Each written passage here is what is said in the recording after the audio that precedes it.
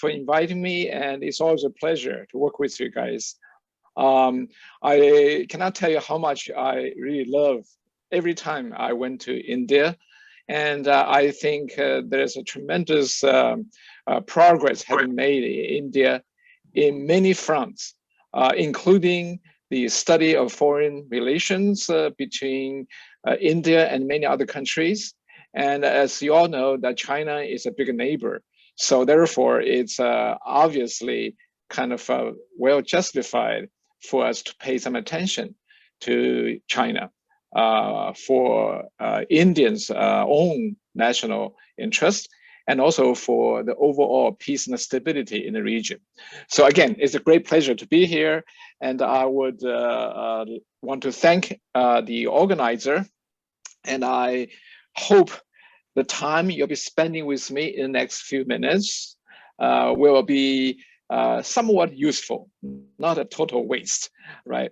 And I have prepared a few slides here to share with you what I think about the rise of China and the Sino-American relations, sort of with some reference to India, hopefully. Please feel free to raise your questions, make comments anytime you have them, and I'll try my best to answer them in the time that I am allowed to have. And I plan to talk for about maybe half an hour or so, and I will show you a few slides, and then I will leave some time at the end also, specifically for Q&A. So let's get started. First thing first, I want to familiarize you a little bit. And since you are actually literally a neighbor of China, you know this already. But I want to familiarize you a little bit with the unique location of China, right? Look at this map. You'll see China has a lot of mountains and deserts, right? You all know Himalayas, the Tibetan Plateau, and so on. The very livable place, livable land, if you will, the arable land in China is only 1/3 the size of the whole country, which is actually smaller than India. So the livable land in India actually is larger than livable land in China, even though China is a much larger country in terms of territory compared to India.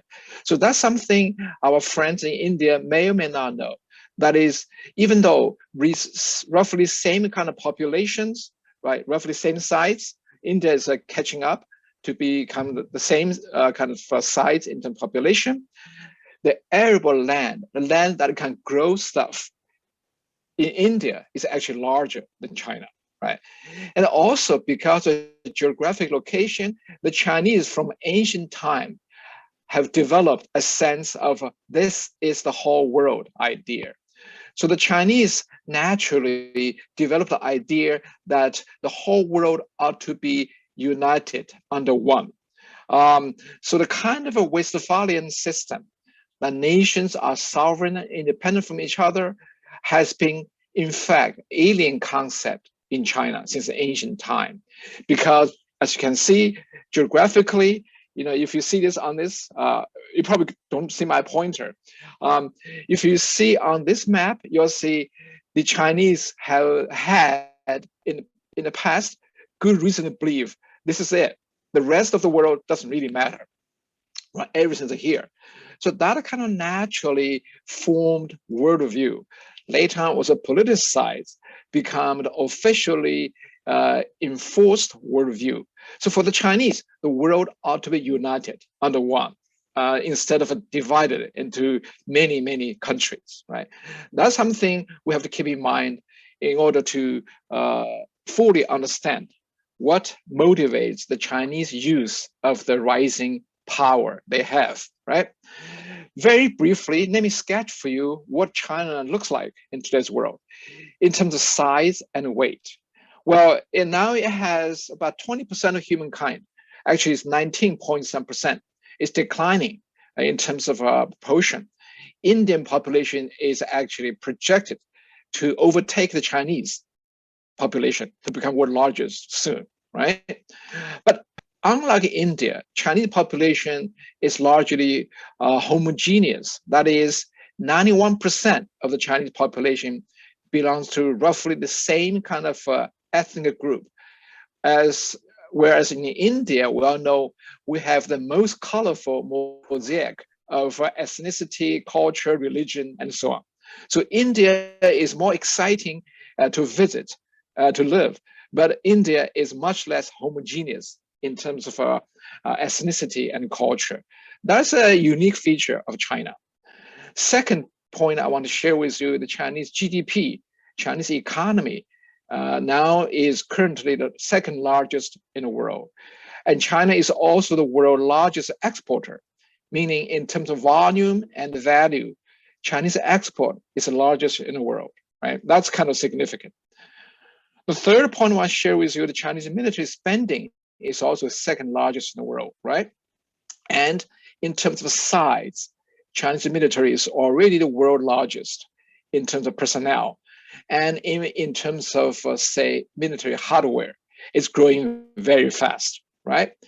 In terms of geography, in terms of territory size, though, it's a little iffy, because Chinese traditionally think they are the world's third largest country in terms of size. But we all know, at least the Indians do not agree. And many other countries do not think that way either, simply because you all know there's a territorial dispute between India and China. The size of a disputed territory is so large, it makes China either third largest in the world or fourth largest in the world. Depends on who owns the disputed territory. As it stands right now, because India owns the territory mostly, the disputed territory mostly, so therefore Chinese territorial size is actually is the fourth largest, not the third largest. But everybody in China believes China is the third largest. So there's some disagreement, right? Put it mildly, right? And it's kind of relevant to what is between India and China. That's why I want to share this point with our audience here. Well, then another aspect of China that is clearly important to us as observers or students of China is that the country is organized very differently, right? It has a very unique political system internally. We call it one-party autocracy, which is not the kind of a democracy or even a illiberal democracy. In other words, there's tremendous concentration of power in the hand of the state. And the human rights record in China, to put it mildly, is challenging, right? It is not the kind of the political system we see in places like India or Western countries, right? That is quite unique. It gives the Chinese state a great power to concentrate the resources provided by the world's second largest economy to do things that most other countries are not able to do, right? At the same time, though, it also sacrifices lots of individuals' rights and freedoms and so on, right? So it's a trade-off between individual freedom and state power, right? According to studies, including mine, we have sort of outlined a specific Chinese worldview. I use language called the China order or 天下 idea, meaning all under heaven are to be united, which is different from the liberal international order of Westphalia that has been led by the West for a long time, for a few hundred years, and also led by particularly the United States since World War II, right? So we are actually having this kind of dichotomy, the kind of contrast between a view of world empire versus the view of nation states, right? So that's kind of pretty important, right? Of course, we could say why the United States did not do as many other great powers do when they are powerful, that is to conquer the world, to build a world empire. The United States somehow stopped after the American-Spanish War over 100 years ago. That's a huge topic. We don't have time to entertain here, but it is sufficient to say that the Chinese internal organization and the Chinese worldview are quite different from what is upheld in, say, the United States today, right? That's very different, fundamentally different, right? Economically, China now is under roughly a state capitalism versus a sort of an open market in other places, right? And in terms of the state-society relationship, China features a system called corporatism versus the individualism we commonly see in the West, right? So therefore, what I'm trying to say is tremendous differences. Some are quite fundamental, exist between China and the leading countries of time, the United States and the West. So what is China then? Well, this is one way to look at China. China is a hibernation of many things, right? The very huggable panda versus the kind of ferocious dragon, right? So which one is more accurate?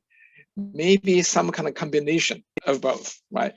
But in either way, though, the kind of a symbolic meaning of a dragon or panda is not really necessarily complementary, because we all know dragon does not exist in reality. It's mystic imagination, whereas a panda, without human intervention, would have gone extinct a long time ago. So I would say this kind of a symbolic meaning is not that great. It's actually, in my opinion, much less meaningful than, say, elephant for India, or eagle for America, or bear for Russia. Because at least all those other animals, the elephant, the eagle, the bear, actually still, live and well. Whereas a panda is actually on the ICU support by human intervention, where dragon does not exist. So there you go, the symbolic meaning of the symbols. Well, again, to the students, if you guys have any questions and comments, please feel free to raise them anytime you want, so we can have some kind of interactive dialogue. I think you can use probably the chat room or raise your questions, either way. As long as we make Mahendra and the excellent team at the Foreign Policy School happy, we can do it, I guess, right? All right. Now, furthermore, I want to dive in very quickly to Sino-American relations, right? And then I will say a little bit about the future, and then I will stop for Q&A.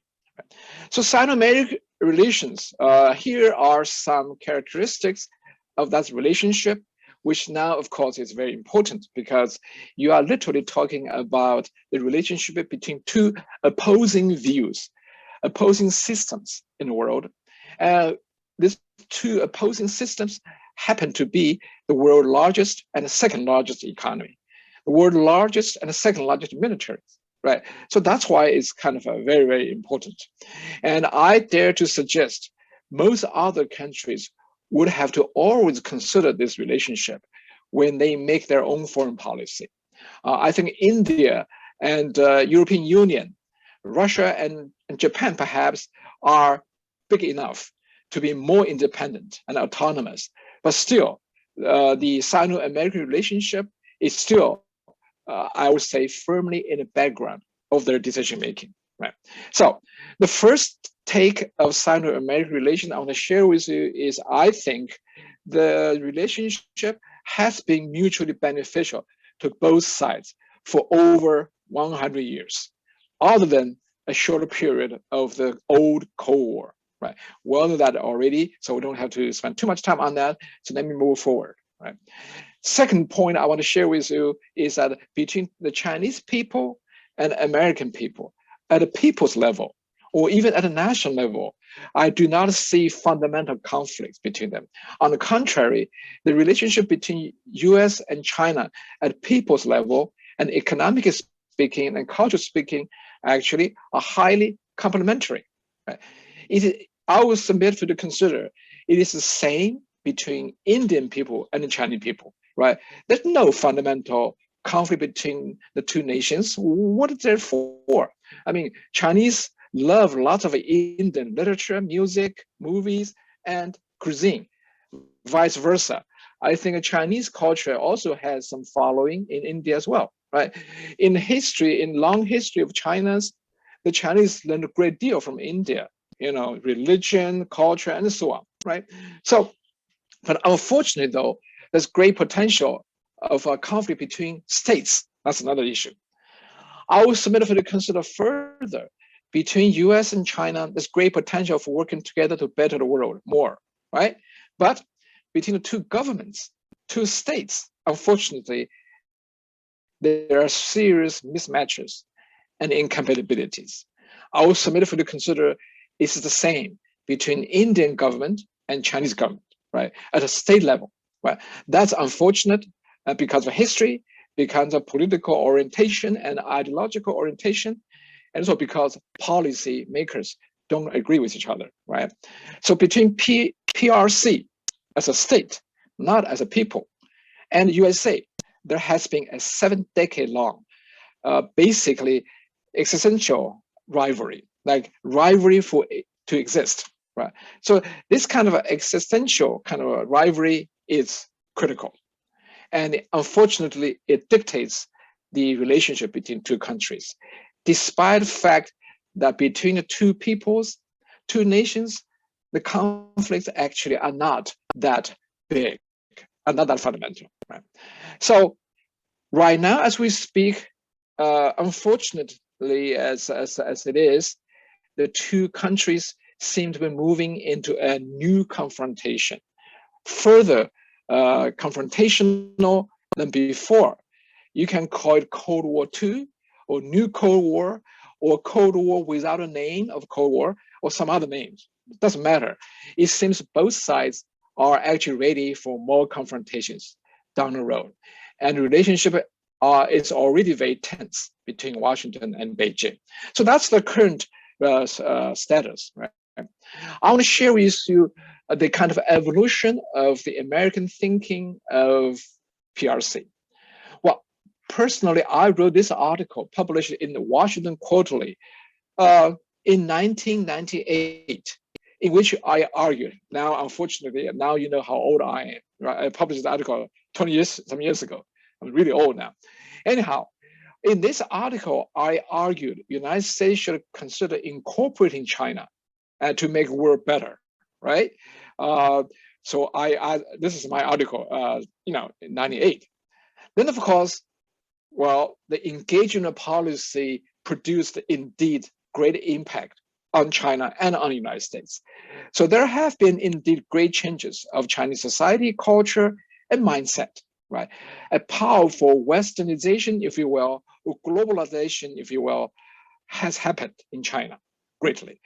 And both Chinese and Americans benefit economically from that relationship, right? And powerful vested interests also have been formed to continue the engagement policy. So this is the Shanghai today, 30 years later, greatly benefited from engagement policy, right? And this is Beijing today also greatly benefited from the engagement policy. And the glittering looking of Chinese cities is very, very impressive, remarkable, as you all probably know, right?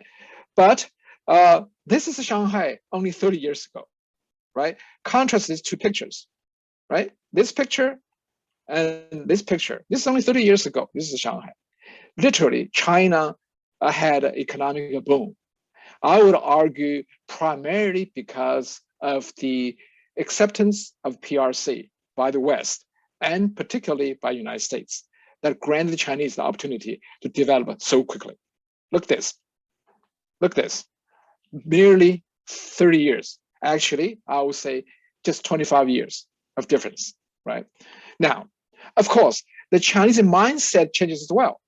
This is outside of Beijing in a ski resort. Look at the Chinese ski sort of athletes, their dress code, their style to celebrate Christmas, right? This is a powerful symbol to suggest that in China, a deep westernization, if you will, or even Americanization, if you will, has already taken place.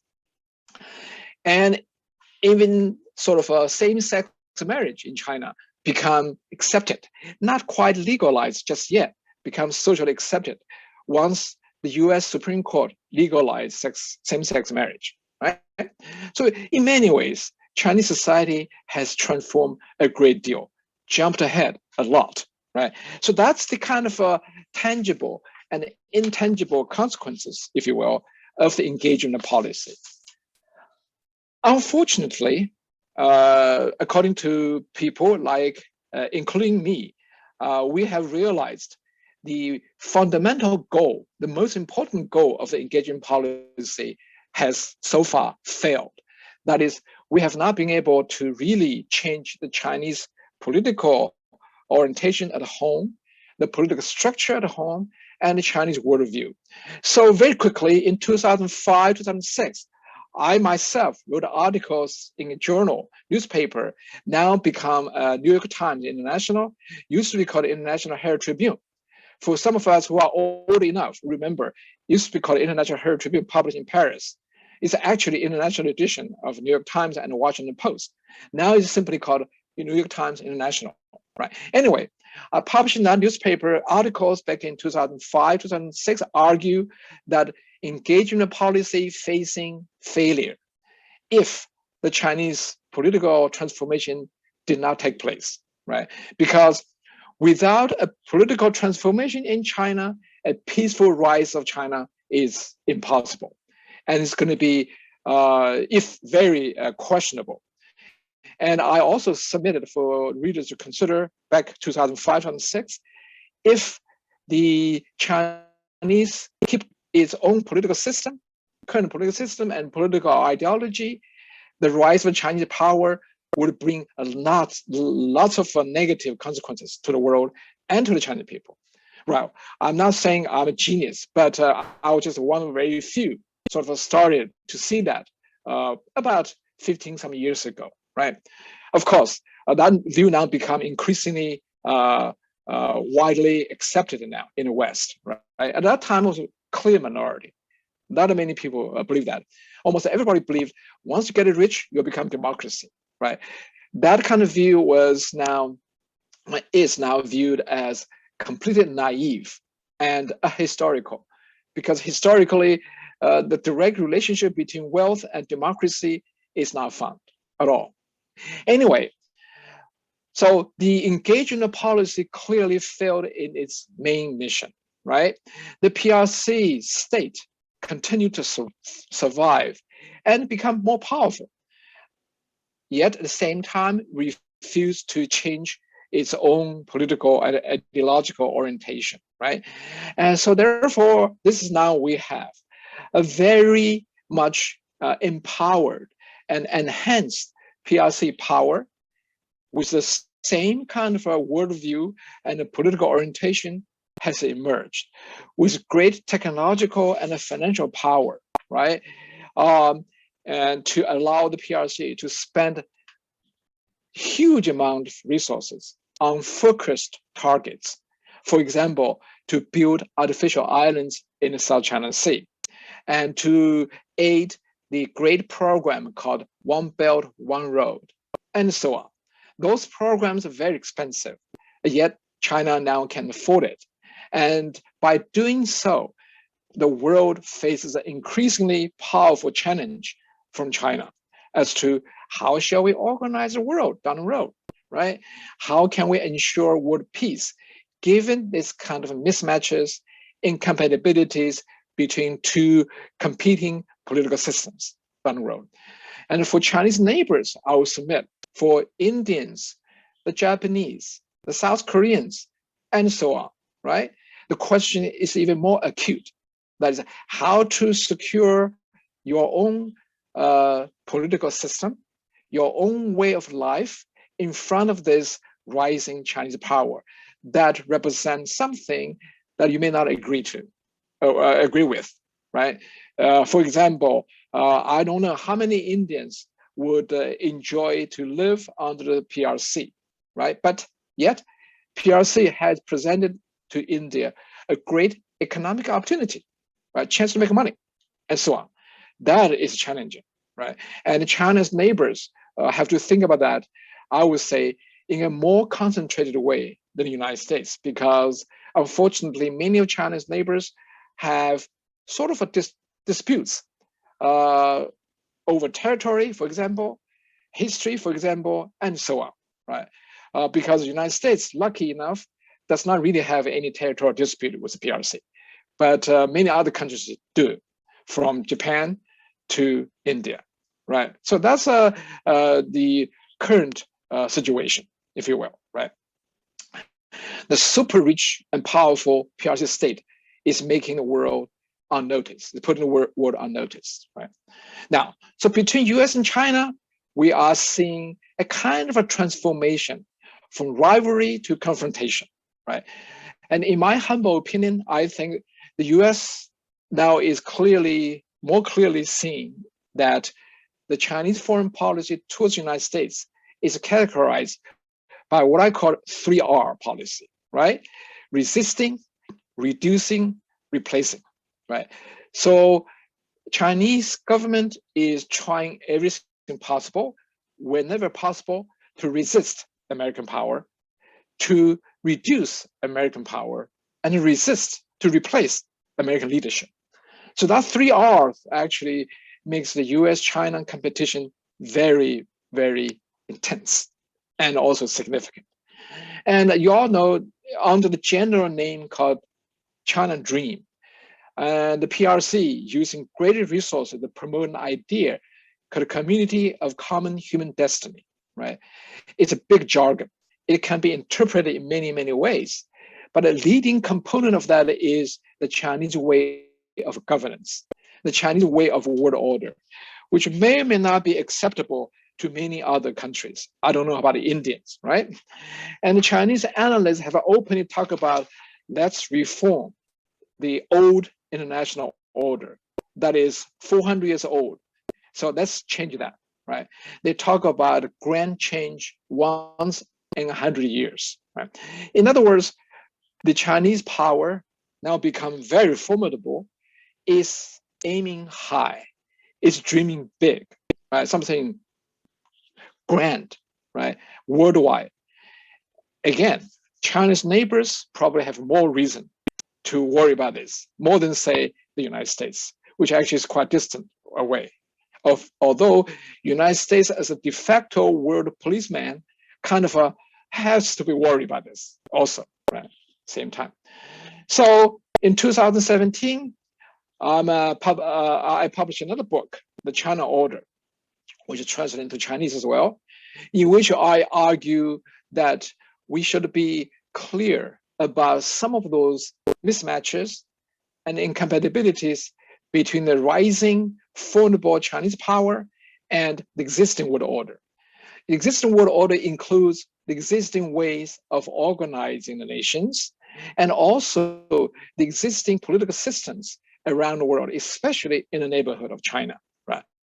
So this book represents my latest thinking, and it has, I have to say, it has generated some impact, right? And I'm currently working on the sequel to this book, right, which should be out later this year. So now, according to the kind of political cartoonists, this is what is happening between China and United States. China is taking over from the United States world leadership, financially and economically first, right? So look at this depiction, right? And of course, this is another way to look at this, right? Militarily speaking, China is rising up as well. And of course, this kind of depiction, right?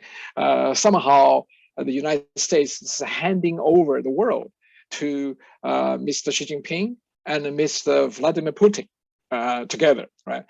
Those kind of political cartoonists are obviously kind of impressive drawings, but do not necessarily reflect the reality accurately.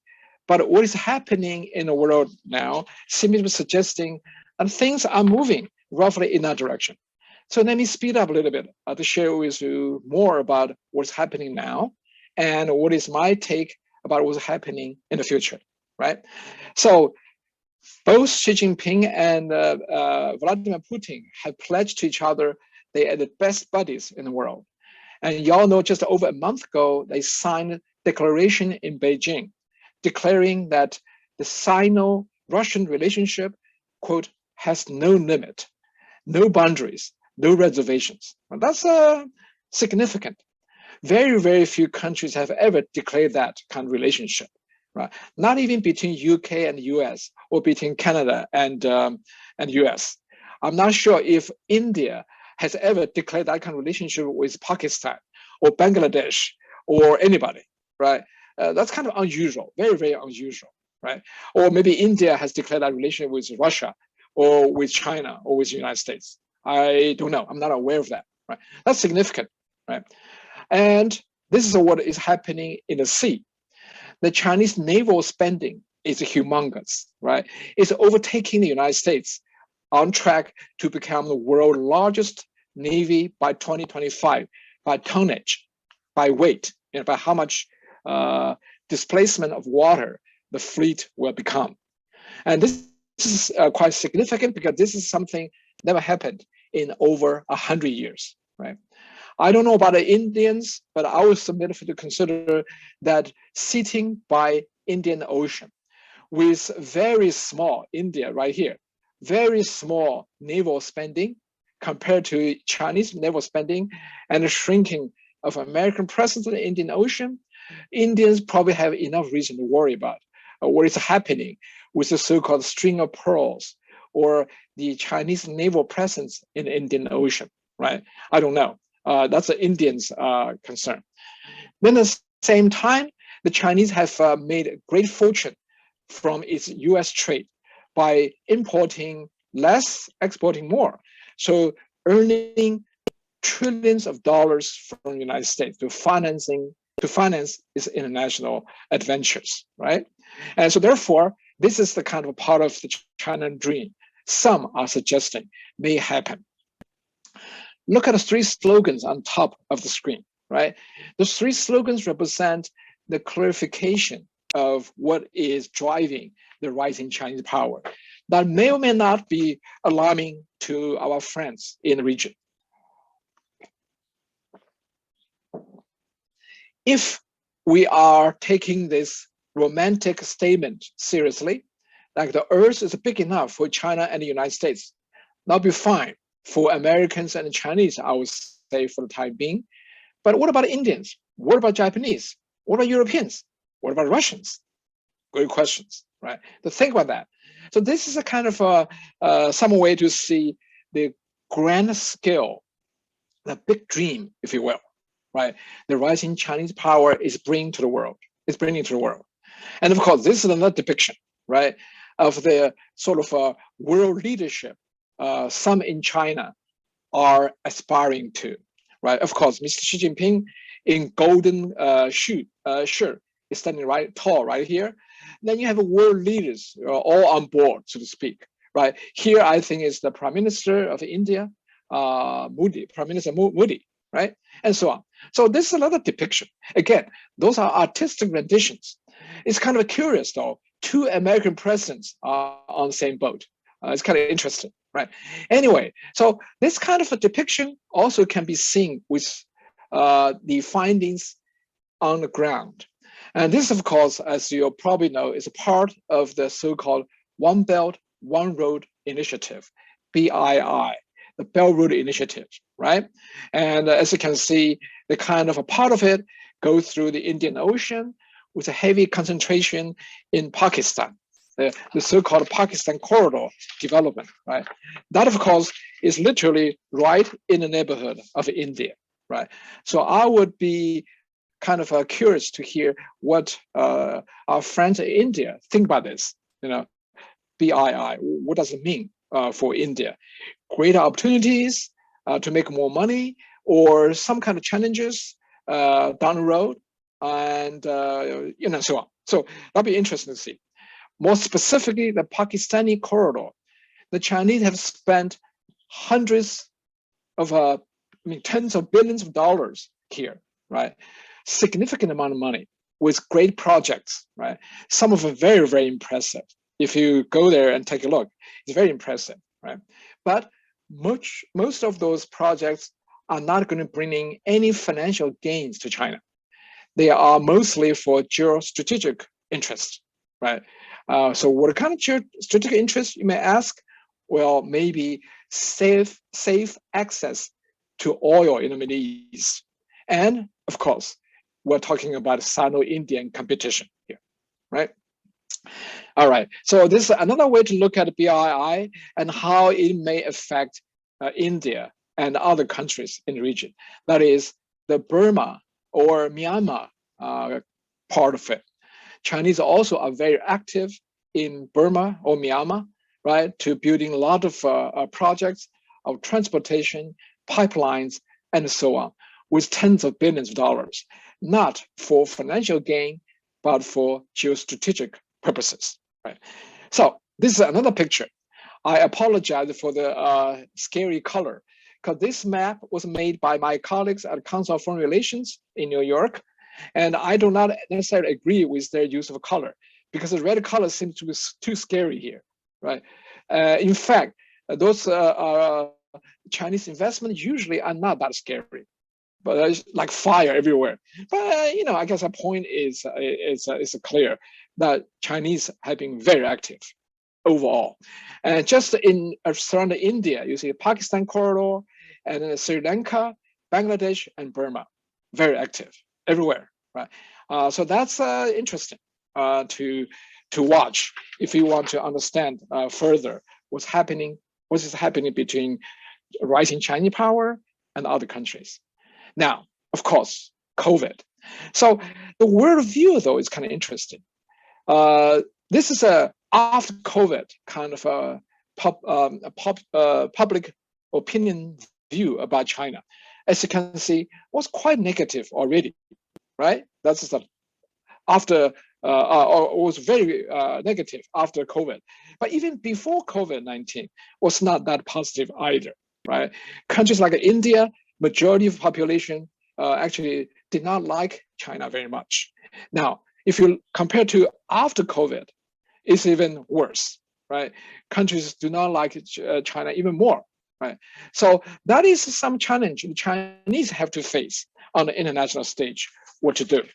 So not only United States and its allies, its friends, not only the countries in the neighborhood have reason to worry about rising Chinese power, the Chinese have a lot of challenges to face too, right? How will China persuade the world to accept it as a new leader, as a new power on the stage, right?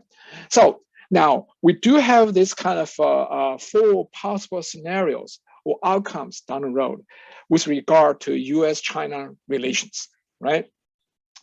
The first possibility is for the United States to capitulate, right? To leave, so to speak, Western Pacific, to leave Indian Ocean and leave that area to China. Let's divide the world. That's one way to gain peace, right? To use time and space in exchange for peace. Right? That's possible. Second possibility, of course, for China to change its policy, its pursuits, to China to become a more content stakeholder, more responsible stakeholder, right? To be, friendly and at peace with neighbors. Stop spending too much on Navy buildup, but instead spend money on domestic programs, right? Give the Chinese more money and more freedom and so on, right? That is a more possible for peace and stability, right? A third possibility, of course, is going to be a new Cold War, right? It's sort of already probably is happening right now, right? The kind of warlike confrontation between two countries without having military conflict, without having a kinetic conflict, right? Finally, you possibly have a military showdown, some kind of a hot war down the road. That, of course, is very scary, right? So I don't know, maybe there are other possibilities, but I see 4 possible outcomes of this US-China confrontation, or put it more precisely, the PRC-USA confrontation, right? So let me stop here, and thank you for your attention. So let's sort of stop here to see if you have any questions. Right. Thank you, Wang. You have already, I think, dealt every aspect of the subject, and I hope the students have been benefited by your wonderful presentation. with the use of technological help. And now I will ask my students if they have any questions. Yes, Come please. on, Yeah. introduce yourself and Yeah. come with a Okay. question. Would President Biden lead the U.S. administration away from decoupling-based ideas and instead encourage it to continue substantially opening up? Good question. Of course, I don't know what is on the mind of President Biden, for sure. I can only guess. I would say that the United States has always hoped for China would change its mind, right? Would behave just like us, or at least not so aggressive, right? For example, not to use force on the border with India. Instead, talk to India, right? Something like that. But I would submit for you to consider that probably in the United States, a bipartisan consensus has already emerged to selectively decouple with China. We'll see how long that process will take and how expensive the cost is going to be, because Americans are going to pay some price for that. I mean, everybody pays price for that. It's just who pays more, right? In the process of decoupling, however selective, it's going to be costing American people and Chinese people and Indian people some money, right? Serious money. For example, India has gone further than the United States by banning Chinese software and electronics and so on. I would submit that Indian people pay a little price, but I guess it's a price you think deserve to be paid. It's worthwhile. And that's it's happening. So I think that the select decoupling is happening. Besides, let's not forget, the Chinese have always selectively decoupled itself with the United States. China has never ever fully coupled with the United States at all. I mean, you all know that, right? So, for example, Western banks, Western media firms like Facebook, Google, are simply banned in China from the very beginning. So there was never a full coupling at all. So decoupling is a misnomer to some extent. But yes, indeed, the United States is trying to make its own version of selective decoupling right now. Great question. Thank you for answering it, sir. Okay. Good evening, sir. My name is Shreya Prakash, and I'm currently pursuing my master's in international relations. And so, I would like to know a bit more on string of pearls. If you could elaborate it a bit more, that will be really helpful. Okay, great. Thank you. Yeah, congratulations on being in the program, and I wish you best of luck when you finish the program and get to the real world. You guys will do wonders. Well, yes, the string of pearls idea, of course, is something that have been there for a while, before Xi Jinping actually, because we have observed the Chinese Navy has become increasingly active in Indian Ocean, and the Chinese have engaged the substantial infrastructure projects, harbor, ports, and so on, in Indian Ocean. Particularly Sri Lanka and Bangladesh and Maldives and now Pakistan, of course, right? So it seems like a kind of a chain, or more romantically, a string of pearls surrounding India. Well, to call it a string of pearls, almost like making India look more beautiful, right? So give India a string of pearls on its neck. But also it could be interpreted as kind of a military deployment, strategic kind of a deployment to put a chain on the neck of India, right? So that's the idea. Personally, though, I think so far the Chinese effort in the Indian Ocean is still fairly limited, right?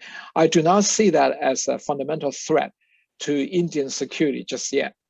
But it signals some future trends, right? And also, I would submit for you to consider the Chinese activities in the Indian Ocean has some legit reasons, right? Anti-piracy, to ensure sea lanes for the transportation of oil from the Middle East, and so on. So there are innocent explanations, but I also think there's plenty of evidence to suggest that many in China do view Indian Ocean as a critical ground of competition between Beijing and New Delhi. And you all know there are a lot of issues between New Delhi and Beijing. So to have a powerful presence in Indian Ocean has been viewed by many in China as a way to compete with India. Thank you so much, sir, for answering my question. Oh, you're welcome.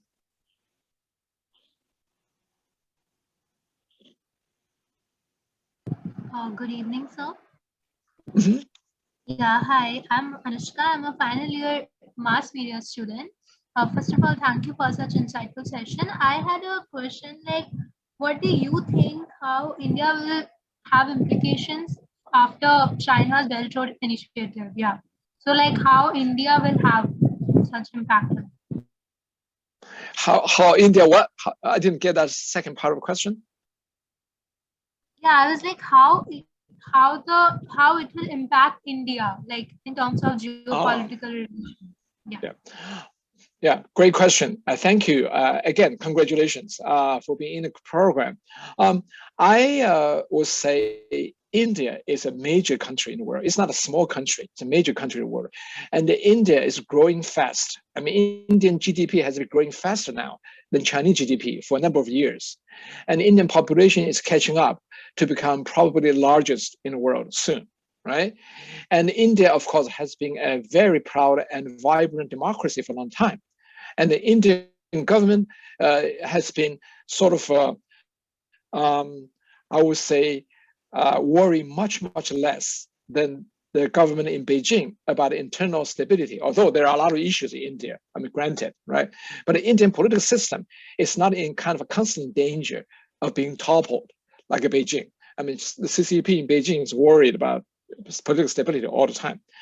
But I was submitted to consider that unless and until India become rough equal to China, before then, India would probably have to take sides in this Sino-US competition, right?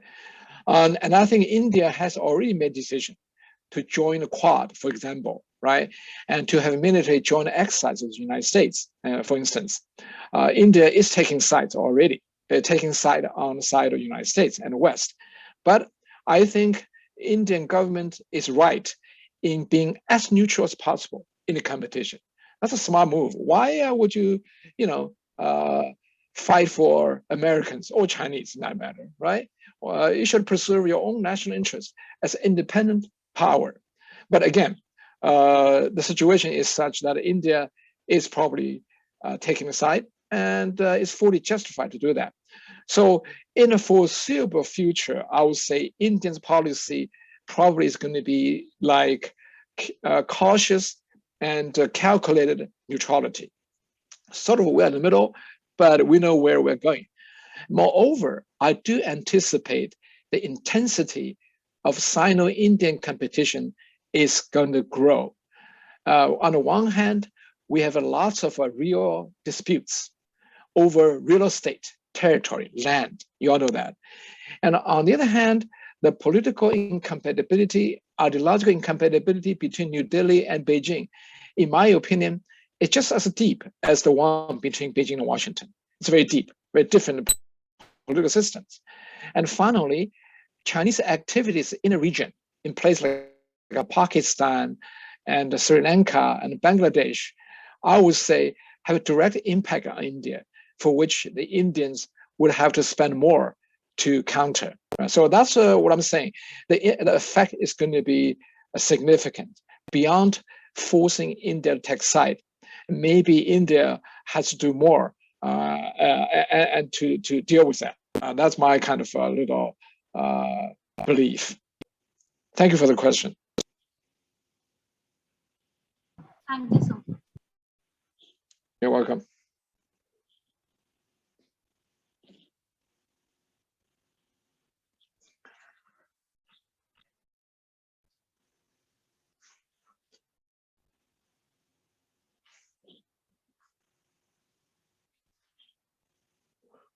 So Come on, be quick. Yeah, I guess we still have a couple more questions. I don't want to waste too much of your time. Professor Wang, I would like to draw your attention to an issue that has been there right for the last 70 years in relationship between India and China. And I am reminded that during my 2014 visit to Nanjing University, there was an international conference, and David was, director. He's still there, and every Chinese scholar, especially, they asked me, and they just urged me that India should not align with the US. I told them that we are a non-aligned state. We are not for military alignments. Never we have been in favor of it. Even now, we have never been in favor of any, even this Quad and all that. We have made it very clear that we are not joining any military alliance.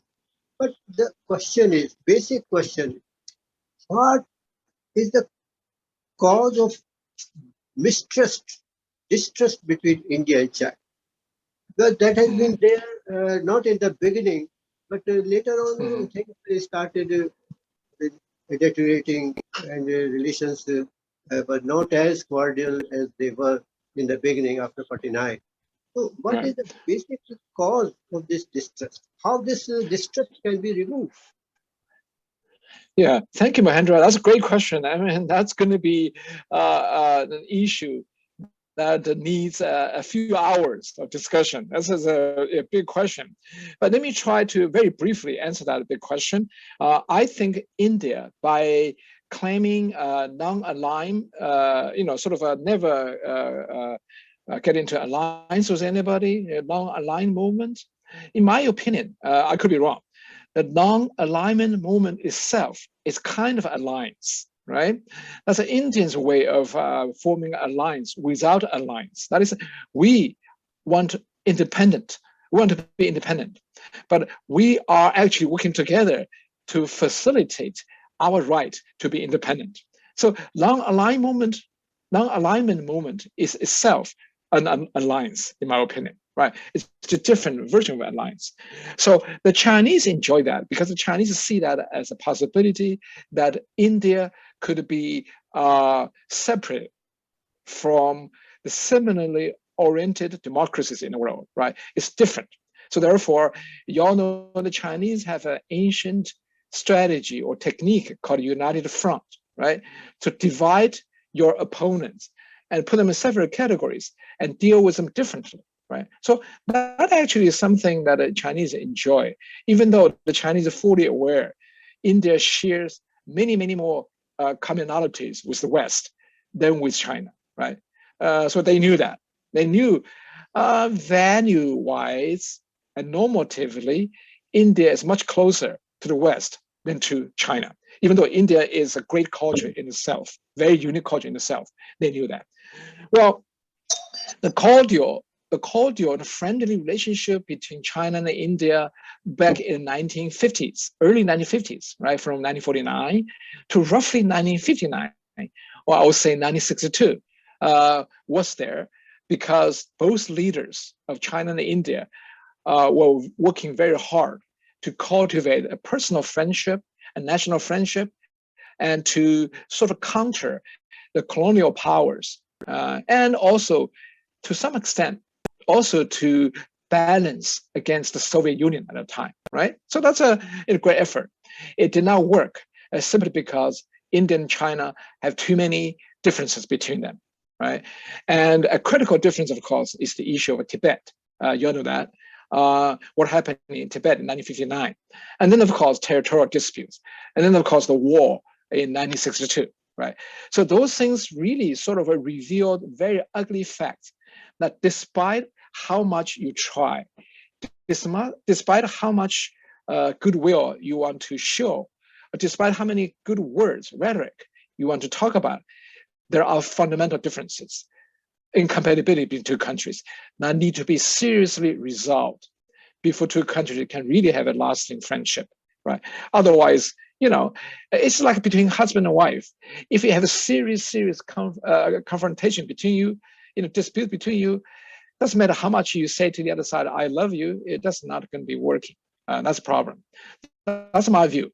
So my view is there are real strategic, geographical differences between the two countries, dispute between the countries.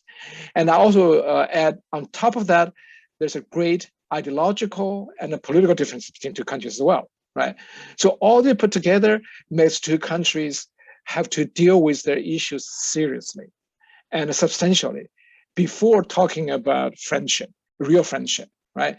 So, and I do not see really any real effort is made in that regard to address those fundamental problems, like a Tibet issue, like the territorial issue, right? And also like, political differences, right? Like ideological differences.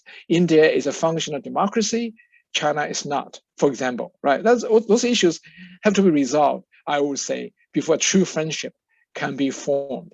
And on top of that, I also want to share with my Indian friends that in China, I don't know about India, but in China, there are also a tremendous prejudice, culture, ethnic, or whatever, prejudice against India. Many Chinese people actually harboring kind of I would say, totally unjustified biases against India.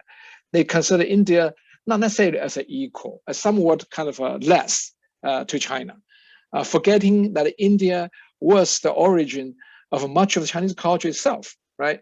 And they forget that. They also tend to discount India's role, Indian capabilities, and so on. So with all these problems there, I don't think to return to the 1950s anytime soon is possible. I do not see that.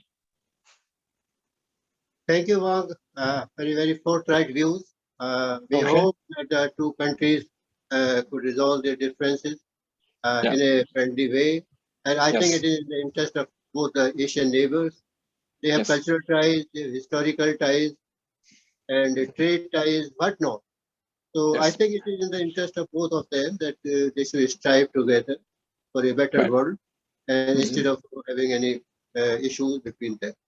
So thank you, Wang, for sparing time from your busy schedule. I know you are a 24/7 person.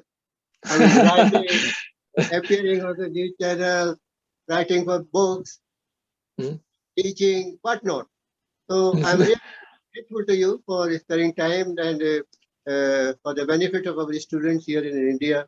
They must have enjoyed your talk very much. Very informative, very graphic, presentation, and that will help them in understanding the issues, particularly between China and US and India and China.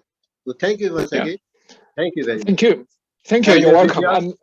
With your permission, now I close the session.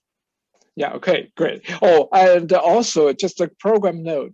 I don't know whether you want to distribute this video or not, but it's all fine if you want to distribute it. I'm okay with that. All right. We will do the needful. We will do the needful, which is of interest to the student. We always do it. But it will take a little time for editing and all that. So, but we will do it. Okay.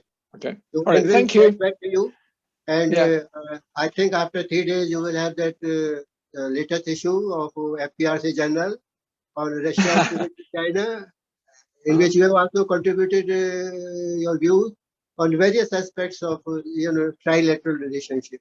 So that is it's going to be wonderful, I tell you, if you read 11 diplomats, academics, media persons from China, from US, from India, they've all contributed. Okay, great. Yeah, I look forward to seeing you again in India sometime. I'd love to visit India sometime soon. All right. Please let us know. Okay. Thank you. Thank you. Bye-bye. Yeah, bye-bye. Bye.